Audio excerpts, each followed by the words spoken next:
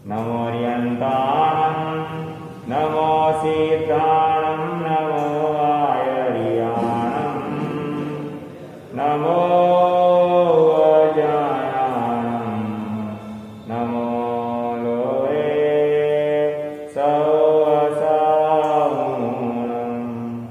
एसो पञ्चनमुकारो सौवभावगणसरो मंगलाणं च सौवेशिं परमं वै मंगलम्।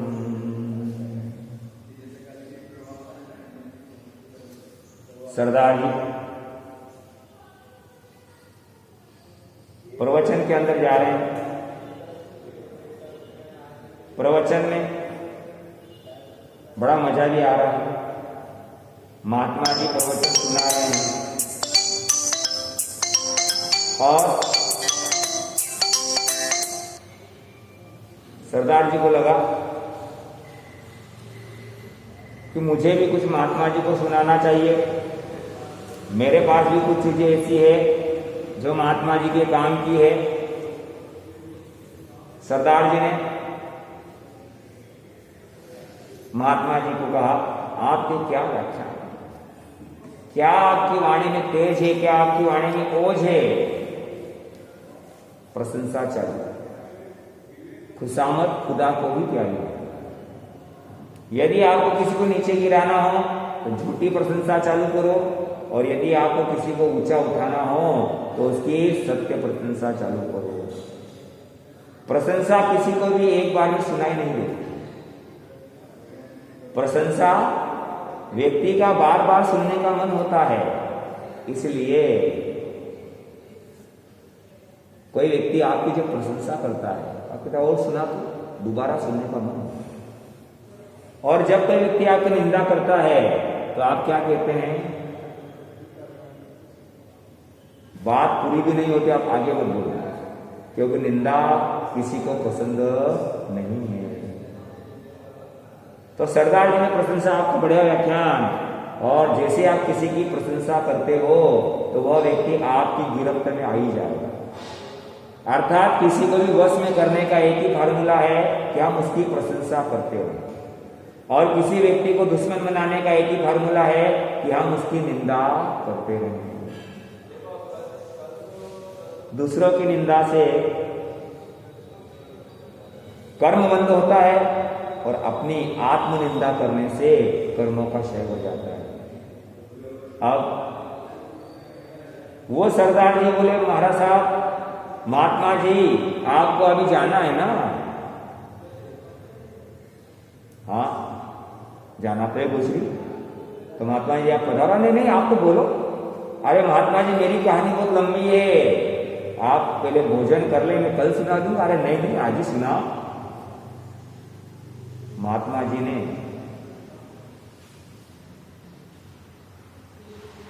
सुनाने का कहा। सरदार जी बोले, साहब 4 एपिसोड है उसके। अच्छा सुना दो, 4 क्या 40 सुन लेंगे, क्योंकि पहले हमने प्रशंसा कर दी। पहले क्या कर दी? प्रशंसा। फार्मूला ये बनेगा कि किसी की भी गलती बताना हो तो आपको पहले उसकी प्रशंसा करनी पड़ेगी, तो वो गलती आपकी स्वीकार करेगा। और आप डायरेक्ट यदि गलती बता रहे हो तो सामने वाला व्यक्ति उसको एक्सेप्ट नहीं करेगा।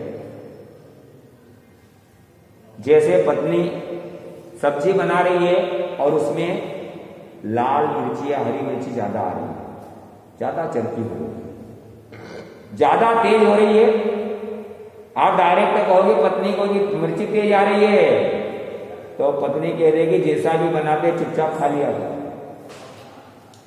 पर आप पहले उसकी प्रशंसा करोगे, अरे साहब आप चाय तो इतनी बढ़िया बनाती हो कि मैं 1 कप पीने के लिए आता हूं और 2-3 कप पी जाता हूं। पर पिछले 2-3 दिन से क्या हो रहा है कि सब्जी में मिर्ची क्या हो रही है? ज्यादा आ रही है। फिर पत्नी का क्या जवाब होगा? अरे वो पुरानी वाली मिर्ची तो खत्म हो गई, ये नई वाली मिर्ची आई है, थोड़ी तेज दिखती है, कल से थोड़ी कम कर दूंगी। ये जवाब आपको कब मिलेगा? जब आपने उसकी क्या कर दी, प्रशंसा कर दी। अब सरदार जी बोले साहब 4 एपिसोड में, हाँ सुना सुना। हाँ तो महात्मा जी मैं शुरू कर रहा हूं। पहले एपिसोड में ये होता है कि मैं घर पर से आपके दर्शन करने प्रवचन में आया और आपका प्रवचन उस दिन लेट तक चला। मेरे को दुकान जल्दी खोलनी थी और महात्मा जी क्या हुआ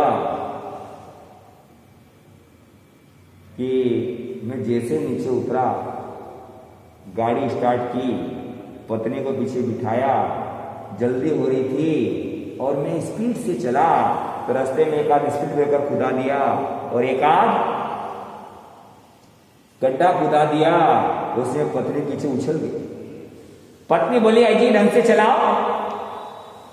एक तो महात्मा जी पहले ही आपने दिमाग खराब कर रखा ज्यादा देर चला के, और उधर मुझे जल्दी घर पहुंच के तैयार है तो दुकान पहुंचना, और पत्नी ने फिर वो बीच में नमक मिर्ची डाल दिया।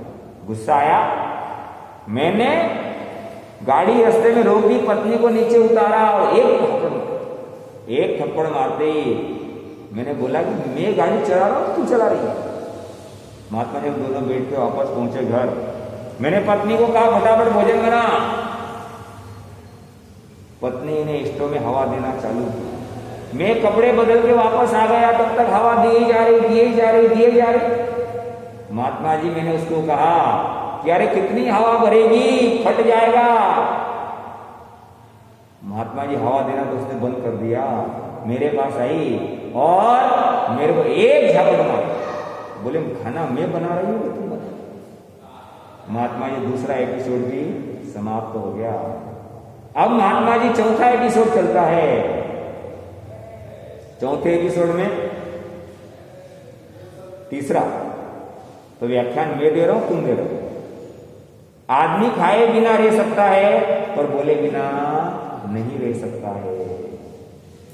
इसी वचन से कोई व्यक्ति मीठा बोलकर दूसरों को अपना बना लेता है और इसी वचन से खारा बोल करके व्यक्ति अपने दुश्मन पैदा कर लेता है। व्यक्ति के 2 कान, आंख कितनी है 2, नाक कितनी है 2, नाक भी कितनी है, और जबान कितनी है 1।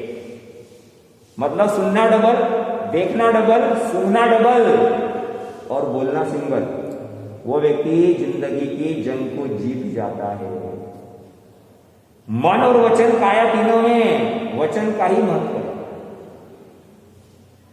अभी राहुल गांधी और मोदी जी का कोई तोप से या बंदूक से युद्ध नहीं होता, युद्ध काय से होता है, वचन से होता है।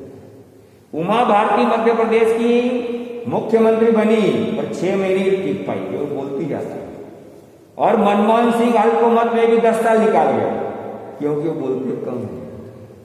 शिखर पर चढ़ना आसान काम है पर शिखर पर टिके रहना कठिन काम है। शिखर पर वही व्यक्ति टिक सकता है जो व्यक्ति मौन रहता है। जो व्यक्ति तरक्की होने के बाद जितना ज्यादा मौन होता जाएगा वह उतना ज्यादा शिखर पर चढ़ता जाएगा और शिखर पर टिका रहेगा। सिक्के आवाज करते हैं, सिक्के आवाज करते हैं और नोट आवाज नहीं करते। कीमत किसकी ज्यादा है? नोट की कीमत ज्यादा है। क्यों ज्यादा है? क्योंकि आवाज नहीं करते। ऐसे जो लोग कम से कम बोलते हैं उनकी वैल्यू बढ़ जाती है और वो आगे भी बढ़ जाते हैं।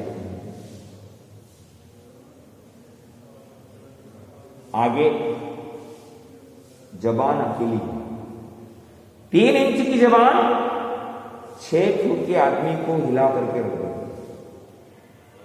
दांत बड़े कठोर होते हैं, ये जन्म के बाद आते हैं, मृत्यु के पहले चले जाते हैं।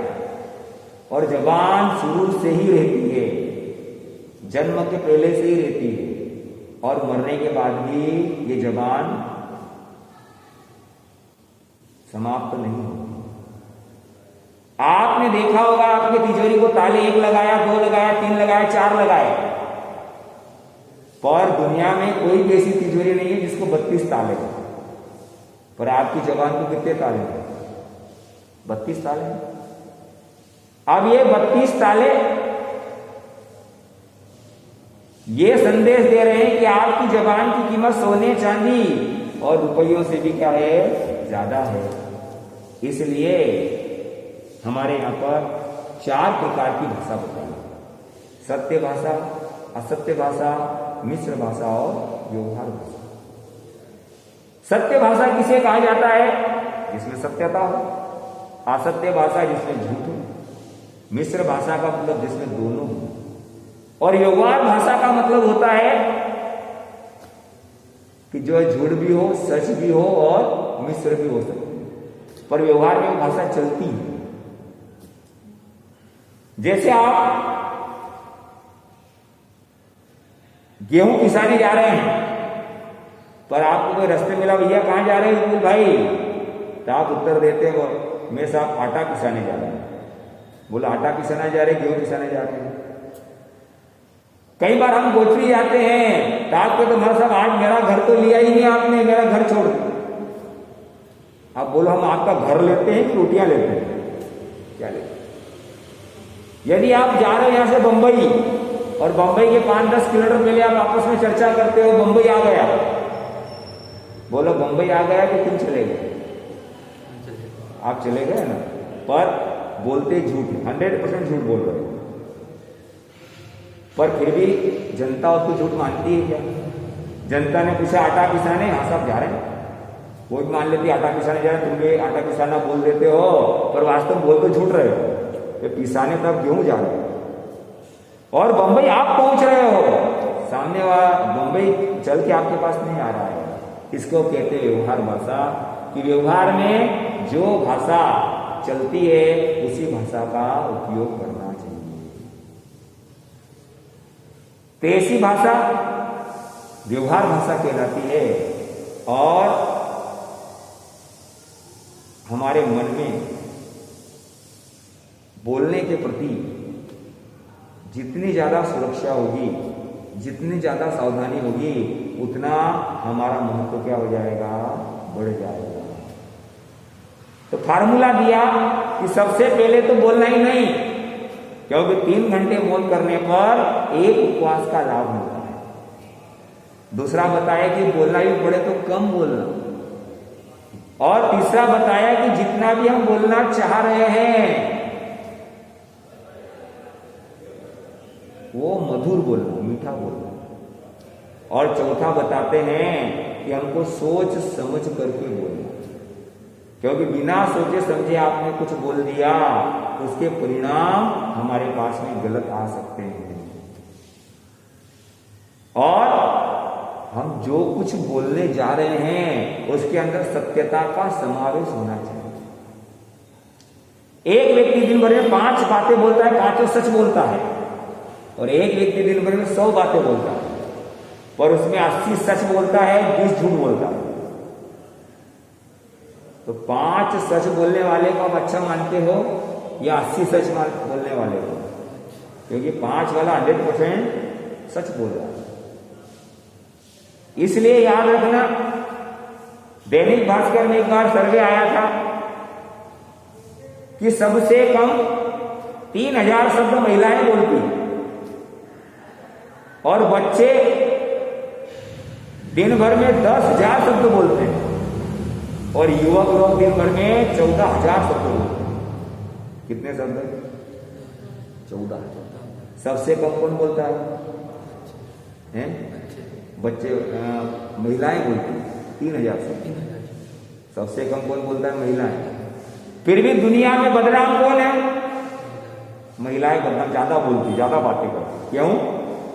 क्योंकि युवा लोग दिन भर कामकाज की बात करते हैं, बच्चे लोग दिन भर पढ़ाई की पोयम याद करते रहते हैं, पर महिलाएं काम की बातें कम और बिना काम की बातें ज्यादा बोलती है, और जो भी बोलती है उसे बम फूट जाता है। इसलिए वो लाइट में आ जाती है कि महिलाएं ज्यादा बोलती है। बाकी महिलाएं बोलने में सबसे कम बोलती है और बच्चे ज्यादा बोलते हैं, युवक लोग क्या होते हैं? ज्यादा बोलते हैं। तो हमारा भी वचन व्यवहार कैसा होना चाहिए? तो बोलना ही नहीं, बोले तो सबसे कम बोले, जितना कम बोलेंगे उतनी झंझट हमारी खत्म हो जाएगी। हमारा ये फाटक यदि खुल गया तो सामने वाला सुन करके उसको ज्यादा से ज्यादा फैला सकता है। इसलिए हम मधुर बोलने का लक्ष्य रखें, कम बोलने का लक्ष्य रखें। एक साल बनाने वाला बुनकर, पहले जमाने में साल बनाते थे, बढ़िया बढ़िया साल बनाता, पर जहां पर भी बेचने जाता सामने वाला उससे खरीदता ही नहीं। क्यों नहीं खरीदता? क्योंकि उसकी भाषा में कड़वाहट थी। उसने एक बार विचार किया कि मैं बहुत कड़वा बोलता हूं, सब लोग बोलते हैं, और मैं मेरी जबान को मीठी करूं। और दूसरे नंबर में ऐसी आइटम बनूं जो राजा को भेंट करूं। आम जनता तो कम पैसों में लेती है, राजा यदि खुश हो गया तो लाखों रुपए दे देते। राजा को भेंट करने के दृष्टि से साल बनाना चालू की, और 2-3 महीने लगे साल बनाने में। और मैंने जहां पढ़ा वहां पर लिखा हुआ था कि उसने पास में शक्कर भी रख ली, वो शक्कर भी खाता जाता और साल की बुनाई भी करता जाता। साल की बुनाई हो गई और 3 महीने को 3 कुंटल शक्कर खा गया। कितनी खा गया? राजा के दरबार में पहुंचा, राजा ने ये साल मैंने बनाई है, आपको मैं देना चाहता हूं। राजा ने कहा देखी, सारे सभासद राजा आश्चर्यचकित है, इतनी बढ़िया साल, इतनी बढ़िया साल आज तक कभी नहीं देखी। तो राजा ने, सभासद बोले इसको इनाम दिया जाए। राजा ने कहा 1.25 लाख स्वर्ण मुद्रा इसको दे दी जाए। खजांची कोषाध्यक्ष 1.25 लाख स्वर्ण मुद्रा लेने के अंदर गया खजाने में। तब तक राजा ने पूछा कि पूछ तो लो कि क्यों बने, क्यों साहब इतनी बढ़िया साल आपने किस लक्ष्य को लेकर बनाया? अब एक तो कभी एक सिक्का देखा नहीं और 1.25 लाख सिक्के मिल रहे हैं। दूसरा प्रशंसा ज्यादा ही हो गई। बहुत कम लोग ऐसे होते हैं जो प्रशंसा पाने के बाद लाइन पर चलते हैं। अधिकांश लोग प्रशंसा प्राप्त करने के बाद लाइन से क्या हो जाते हैं? भटक जाते हैं। तो राजा ने पूछ दिया, तो बुनकर बोला अरे राजन क्या बताऊं, मैं बहुत लंबा सोच के बना। मैंने ये सोचा कि सामान्य व्यक्ति यदि कोई मर जाता है तो उसे 150 रुपए की साल कपड़ा डाल दिया जाए, पर जब हमारे यहाँ का राजा मरेगा तो उसमें डालने के लिए कोई सही साल होना चाहिए। तो मैंने ये सोचा कि आप मरोगे, उसके बाद आपके ऊपर उड़ाने के लिए क्या होगी? काम में आएगी। बोला 1.25 लाख स्वर्ण मुद्रा मिलेगी कि नहीं मिलेगी? राजा मरेगा कि नहीं मरेगा? राजा तो मरेगा, पर कोई भी व्यक्ति ये सुनना नहीं चाहता कि मैं मरूंगा। जैसे उसने ऐसे बोला, राजा ने आदेश दे दिया कि 1.25 लाख स्वर्ण मुद्रा कैंसिल की जाए। क्यों कैंसिल की जाए? क्योंकि ये मेरे प्रति गलत विचारधारा कर रहा है। 1.25 लाख स्वर्ण मुद्रा मिलते मिलते कैंसिल, और राजा के बारे में गलत सोचने के कारण 2 साल की उसको सजा हुई। कितने साल की? 2 साल। इसी जबान ने थोड़ी देर पहले क्या किया और थोड़ी देर बाद क्या किया? ऐसी जबान, मधुरता वाली जबान और सुंदर जबान, इसी जबान के कारण क्या हुआ? महाभारत हो गया। द्रौपदी के शब्द दुर्योधन के कान, बन गया महाभारत। मंत्रा के शब्द केकई के कान, बन गया रामायण। सब बोलने और सुनने पर ही। किसी संघ की समाज की मीटिंग होती है तो कोई लट्ठर से या पत्थर से नहीं होती, एक दूसरे पर वचन बाण चलाए जाओ। इसलिए भगवान कह रहे हैं कि मधुरता जीवन के अंदर आनी चाहिए। अब भगवान कह रहे हैं कि मधुर बात भी सोच समझ करके बोली जानी चाहिए, क्योंकि बेसमय की बात आप करेंगे तो उसका परिणाम गलत आएगा। कल बताया था कि कोई व्यक्ति के यहाँ शादी हो रही है और वहां पर आप जाओ गीत गाने के लिए और वहां गीत गाओ राम नाम सत्य है, राम नाम सत्य है, तो बोलो गिफ्ट मिलेगा क्या? राम का नाम तो अच्छा ही है, पर फिर भी शादी ब्याह में ऐसा नहीं बोला जाता। और यदि कोई मर गया, शमशान में चला गया, वहां पर आप शेरवानी पहन करके जाते हो क्या? बढ़िया बढ़िया सूट पहन कर जाते हो क्या? और उस शमशान घाट में भी फिल्मी गीत गाने लग जाओगे तो लोग आपको अच्छा मानेंगे क्या? तो लोग आपको अच्छा मानने वाले नहीं है। इसलिए सोच समझकर बोलना चाहिए। सेठ जी करोड़पति, एक दिन ऐसा आया कि सेठ जी का सारा धन चला गया। पत्नी का तू पियर चली जा, मैं धन कमा के लाऊं विदेश से। पत्नी बोली मैं भी चलूंगी। सेठ बोला तेरे को संभालूंगा, धंधा करूंगा। पत्नी बोली अरे राम के साथ सीता गई थी, मैं क्यों नहीं जा सकती? सेठ बोला सीता अलग चीज है, तू अलग चीज है, राम अलग चीज है और मैं अलग चीज हूं। न तो मैं कोई राम हूं, न तो कोई सीता है, न वो जमाना सतयुग था, न कलयुग है। पर आखिर वो मानी नहीं, साथ में चली। थोड़े बहुत दिन चला उसका, थोड़े बहुत दिन चला, और थोड़े बहुत दिन के बाद सब खाना पीना खत्म हो गया, जंगल आ गया, पत्नी परेशान हो गई। अब ऐसे आदमी के साथ रहने से तो पियर चला जाना अच्छा, पर अब इसको क्या कहूं? एक दिन पानी की प्यास लगी और सेठ जी पानी लेने गए कुएं पर। सेठानी धीरे से पीछे से चली गई और जैसे सेठ नीचे झुका, सेठानी ने दे दिया और वहां से सीधी अपने पियर चली गई। जाके भाइयों को कह दिया कि तुम्हारे कंवर साहब दिवाला निकल जाने से मर गए, आत्महत्या कर।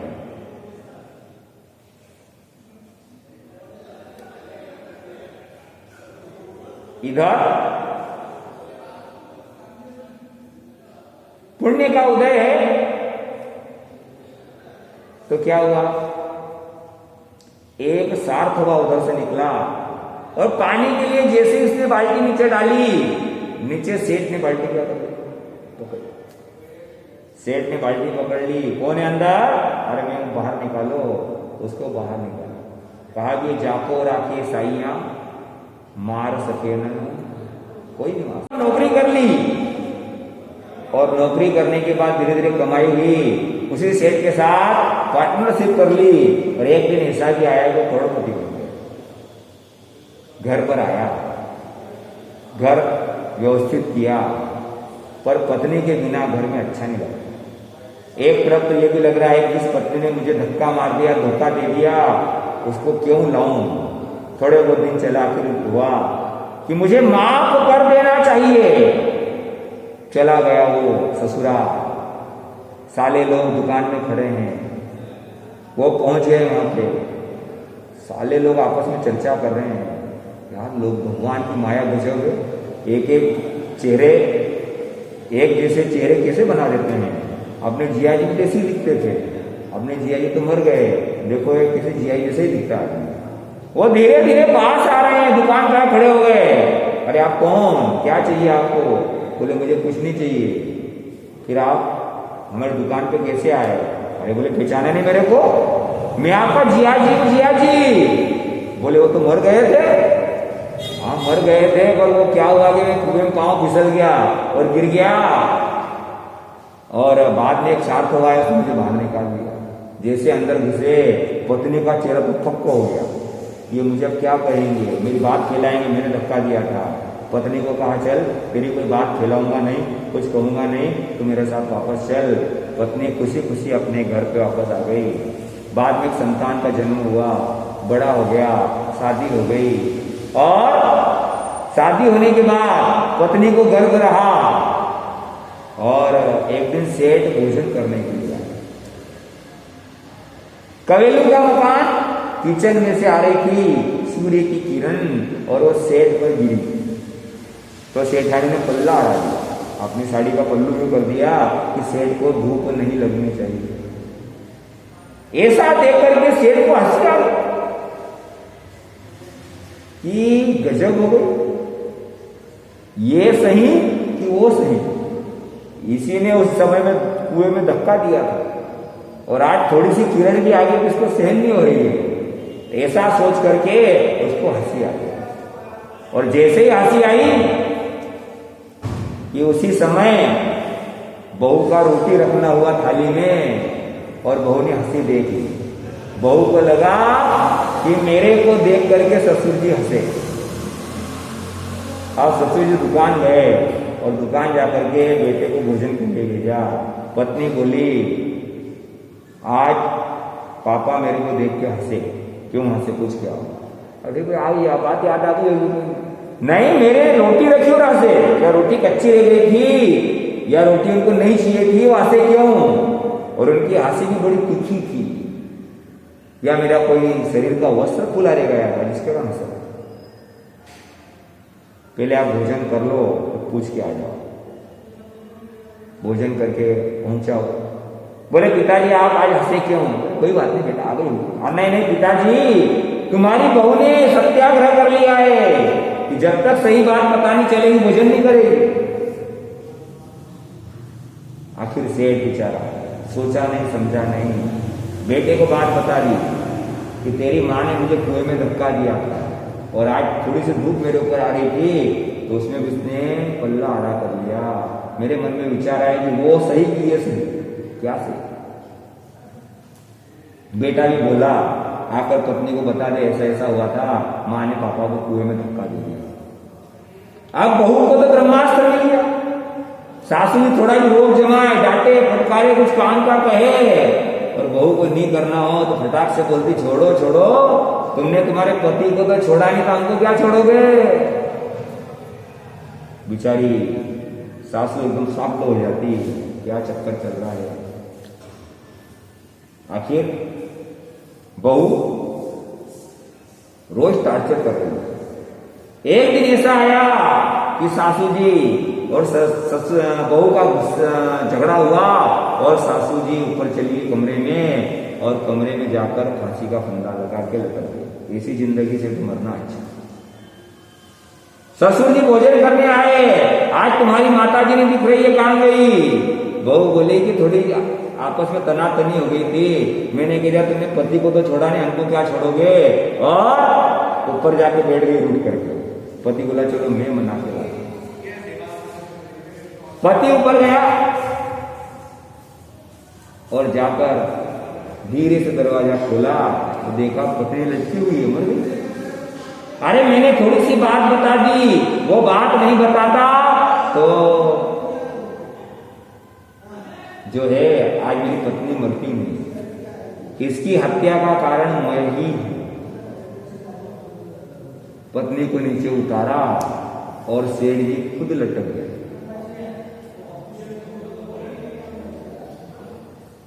दोनों को दोनों ऊपर। लड़के को भूख लगी, दुकान को ताला लगा, वो भी घर आया। पत्नी का पापा क्या हुआ? अरे बोले वो कुछ आज चर्चा वार्ता हो गई मेरी और सासू जी की और उस चक्कर में ये हुआ कि वो ऊपर जाके रुक के बैठ गई। पिताजी उनको मनाने गए, वो ऊपर गए तो वो भी अभी तक नहीं आए। लड़का बोला मैं लाता हूं। ऊपर पहुंचा और जाकर देखा एक लाश नीचे पड़ी है, एक लाश लटक रही है। माता पिता की हत्या का कारण मैं हूं, मैं पत्नी के चक्कर में आ गया और बात बता दी। यदि मैं बात नहीं बताता तो मेरे माता पिता आत्महत्या नहीं करते। अब मुझे भी जीने का अधिकार नहीं है। पिताजी को नीचे उतारा और बेटा लटक गया। कितनी हत्या हो गई? 3 आत्महत्या हो गई। अब बहू जो गर्भ होती वो विचार कर रही कि जो ऊपर जाता नीचे आता ही नहीं। इन बाप बेटों की माँ बेटों की क्या गुफ्तगू चल रही है? वो ऊपर पहुंची, जाके देखा 2 लाश नीचे एक ऊपर। ये बात तो छुटूंगी ही नहीं, कल से लोग मेरे को टार्चर करेंगे, परेशान करेंगे, तो ऐसा अच्छा है कि मैं क्या करूं, मैं भी आत्महत्या करूंगा। वो बहू भी लटक गई और चारों के चारों प्राणी मर गए। कितने मरे? 5 मरे, क्योंकि एक तो गर्भ में है ना बच्चा। 5 जन। किसके कारण? सोच विचार कर नहीं बोला गया कि मैं थोड़ी सी बात, ये गुप्त भेद यदि बता दूंगा तो इसके परिणाम क्या आएंगे। इसलिए जब भी बोले हम सोच समझ कर बोले। आज कृष्ण महाराज कितना सुंदर बोले माता जी, अर्थात लोग बोलते हैं डेड, लोग बोलते हैं मम्मी, लोग बोलते हैं पप्पी। डेड मतलब मरा हुआ, मम्मी किसको बोलते हैं? मिस्र देश में, रोम देशों में डेड बॉडी को लंबे काल तक रखा जाता है फार्मेलिन में, HCHO में, ताकि लंबे काल तक वो खराब नहीं हो। हमारी सेजल बहन MBBS की छात्रा है और ये भी मेंढक काटते रहते हैं, है ना। उनको किसी पार्ट में रखा जाता है, उसमें जो लिक्विड डाला जाता है वो कौन सा होता है? HCHO, फॉर्मएल्डिहाइड। उसके अंदर किसी भी बॉडी को डालने पर हजारों साल तक वो बॉडी खराब नहीं होती है। उसको मिस्र रोम देशों में मम्मी बोला जाता है और हम मम्मी माता को बोल रहे हैं। डेड का मतलब मरा हुआ, मम्मी का मतलब भी मरा हुआ। हमारे यहाँ हिंदुस्तान का संबोधन है माता जी, पिताजी, माँ। लोग बच्चों का नाम पप्पी रख रहे हैं। पप्पी का मतलब क्या हुआ? कुत्ते का बच्चा। मतलब आपका बच्चे का पप्पी बोल रहे हो, मतलब वो भी कुत्ता ना, तुम भी कुत्ते हो। नाम रखते थे हमारे पूर्वज लोग भगवान के नाम पर, गुरु भगवंतों के नाम पर। ऐसा सुंदर बोलने का जो तरीका जिसके पास होता है, डॉक्टरों के पास जाते हैं, इतना मीठा बोलते हैं कि आधी बीमारी तो मरीज की समाप्त हो जाती है। नर्स होती है, वो इतना मीठा बोलती है कि आधी बीमारी वो समाप्त कर देती है। ऐसी मिठासी राम मीठा बोलते और रावण कर्कश बोलते।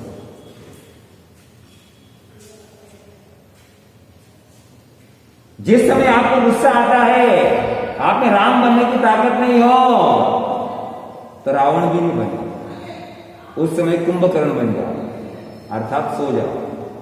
क्योंकि जितने भी खराब विचार आ रहे हैं, तुरंत आप बोलोगे तो वो जहर के साथ में जाएंगे। और यदि आप ऐसा नहीं बोलोगे, थोड़ी देर सो जाओगे, थोड़ी बहुत देर बाद आप यदि उस पर चिंतन करोगे तो आपको लगेगा कि मैं क्या बोल रहा था, कैसे बोल रहा था। यदि मैं इतना सारा बोल जाता तो यह मेरा नुकसान हो जाता। कितने कटु शब्द हैं, कितने कठोर शब्द होते हैं। कैसे सुंदर ढंग से मधुर बोलना। आज हमारे कृष्ण महाराज, माता जी, पिताजी ऐसा सुंदर उद्बोधन दे रहे हैं और मिठास के कारण माता ने अपनी समस्या बता दी। और हम जो भी बोले वो सत्य बोले। क्या बोले? सत्य बोले। हम यदि सत्य बोलते हैं या तो सत्य बोले, झूठ नहीं बोले। भगवान ने कहा कभी भी सत्य बोलना नहीं बोलना हमारी इच्छा पर है, पर झूठ नहीं बोलना। किसी का सम्मान करना या नहीं करना हमारी इच्छा पर है, पर किसी का अपमान नहीं करना। हमारे यहाँ मेहतारी मुनि की घटना आती है कि मेहतारी मुनि गोचरी के लिए सोनी के यहाँ गए। सोनी अंदर रोटी के लिए गया और इतनी देर में मुर्गा आया और मुर्गे ने वो मोती क्या कर लिए? खा लिए। सोनी जी ने रोटियां गिरा दी और उसके बाद में देखा कि मेरे सोने के मोती गायब। महाराज ने पूछा, मेरे सोने के मोती देव कहां गए? कहां गए? कहां गए? अब समस्या खड़ी होगी। मैं सत्य बता दूं, मुर्गा खा गया, कि मुर्गे को मार डाले। और मैं झूठ बोल नहीं सकता, मैं साधु मौन रहे। बहुत देर तक मौन रहने के कारण सोनी को आया गुस्सा। सिर पर गीला चमड़ा बांध दिया, धूप में खड़ा कर दिया, नमक छूटे जा रहा है, धीरे धीरे चमड़ा सिकुड़ रहा है और मितारी मुनि का आयुष्य पूरा हो गया, वो मृत्यु को प्राप्त हो गए। पर उन्होंने उस समय मौन रखा, अपना जीवन दे दिया, पर उन्होंने जो है सत्यव्रत को नहीं छोड़ा। तो दूसरा मुहावरत है हमारा सत्य मुहावरत। सत्य मुहावरत का मतलब बड़ी झूठ भी नहीं बोलना और छोटी झूठ भी नहीं। श्रावक बड़ी झूठ बोलने का तो त्याग करता है और छोटी झूठ बोलने का आगार रख लेता है। बड़ी झूठ किसको कहना, छोटी झूठ किसको कहना। यदि आपने किसी के पास 10,000 रुपये रखे और सामने वाला मना कर जाए बाद में देने से, तो बड़ी झूठ हो गई। पर गले में 10,000 रुपये पड़े हैं और कोई व्यक्ति उधार लेने आया और आपको नहीं देना है, तो आप कहते तो पापा मना कर गए, मम्मी मना कर गई, तो वो कौन सी झूठ होगी? वो छोटी झूठ होगी। पर श्रावक और साधु किसी प्रकार की झूठ नहीं बोलता, श्रावक छोटी झूठ का आगार रख लेता है। कन्नालियम, गोमालियम, गोवालियम, खापनोसो, इस तरह की बड़ी झूठें होती है और झूठ बोलने वाले का दुनिया विश्वास नहीं करती। 10 सूत्र में बताया, अविश्वासो या ज्ञानम तम्हा मौसम विभज्य। महाभारत की घटना आती है कि युधिष्ठिर हमेशा सत्यवादी थे, इसलिए उनका रथ 4 इंच ऊपर चलता था।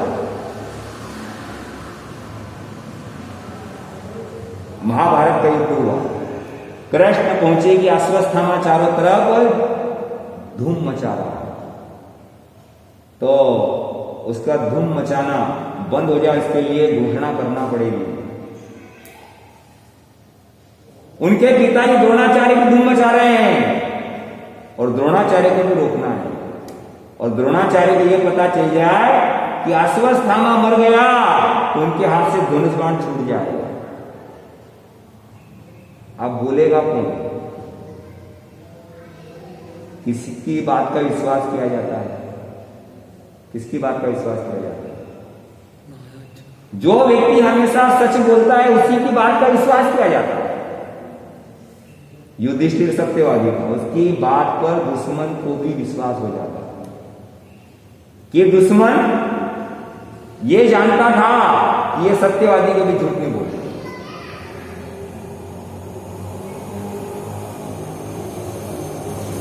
कृष्ण पहुंचे युधिष्ठिर के पास कि आपको बोलना पड़ेगा, अश्वस्थामा मारा गया।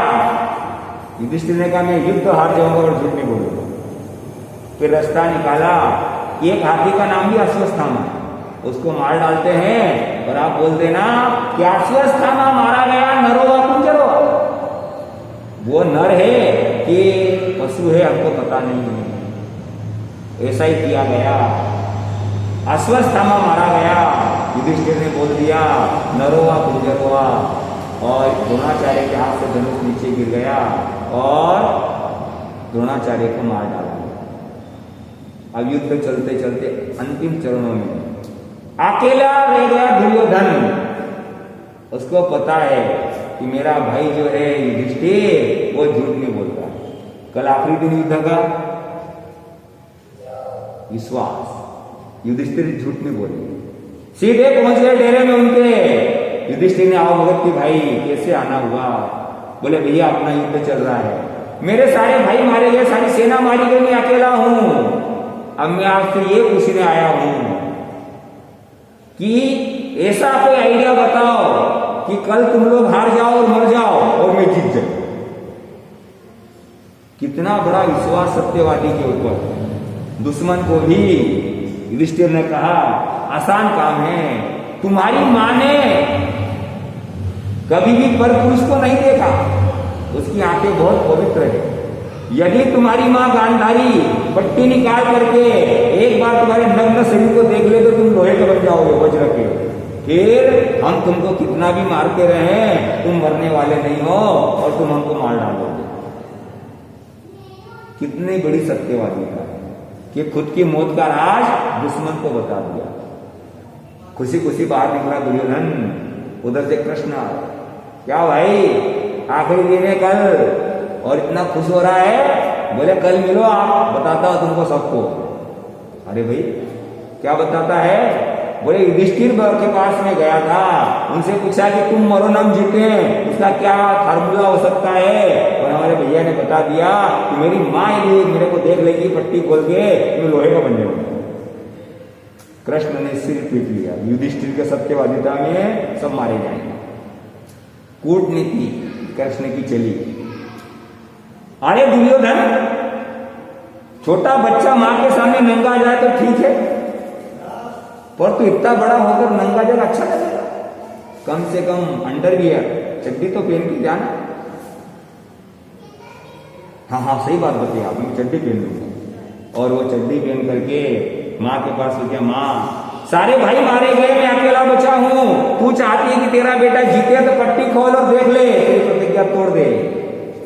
माँ की ममता, माँ का वात्सल्य, पट्टी खोल दी और देख लिया ऊपर से नीचे तक।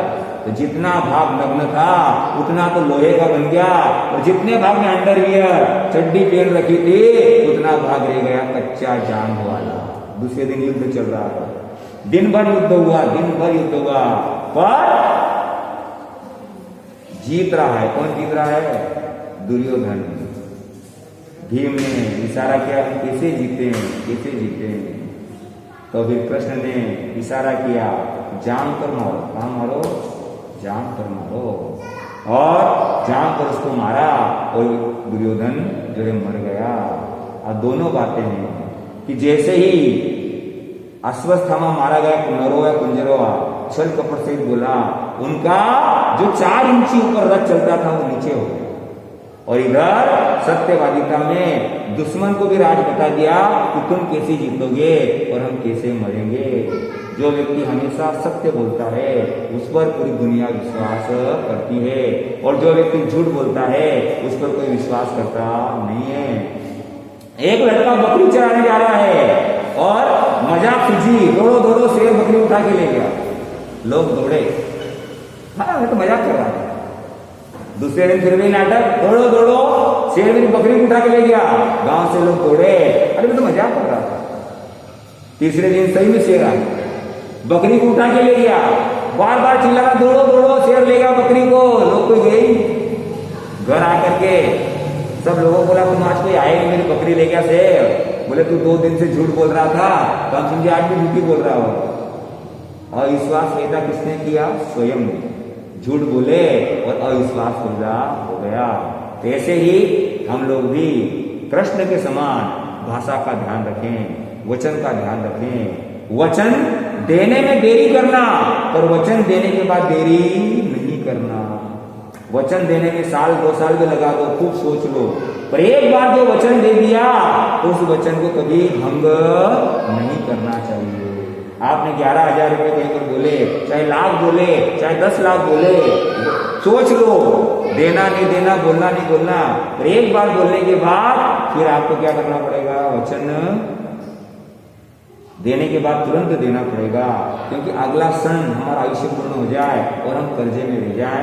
इसलिए भगवान कह रहे वचन देने में देरी करना, और वचन देने के बाद देरी नहीं करना।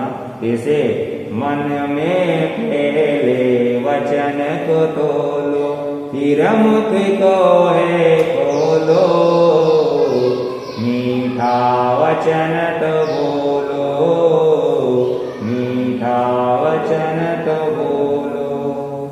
मधुर मधुर वचनों से भाई सुर नर वश हो जाते, कटु वचन से घर वाले भी पास नहीं है आते। तेरे ही मुख में है रसना, उसको जरा निकालो, मीठा वचन तो बोलो, मीठा वचन तो बोलो। ऐसे मधुर वचनों को सुने तो यहाँ भी आनंद होगा और आगे भी आनंद होगा। गुरुदेव के आज्ञा शतारि मंगलम, हरिहंता मंगलम, सिद्धा मंगलम, साहू मंगलम, केवली बंधु मंगलम। चतारी लघुत्मा रीता लघुत्मा सिद्धा लघुत्मा शाहु लघुत्मा केली कुंडम लघुत्मा चतारी शरणं भोजामि रते शरणं भोजामि सिद्धे शरणं भोजामि साहु शरणं भोजामि केवली पुनतम धमम शरणं भोजामि चार मंगल चार रूपम चार शरण और शरणों को जो भोगित कराने वाले अच्छे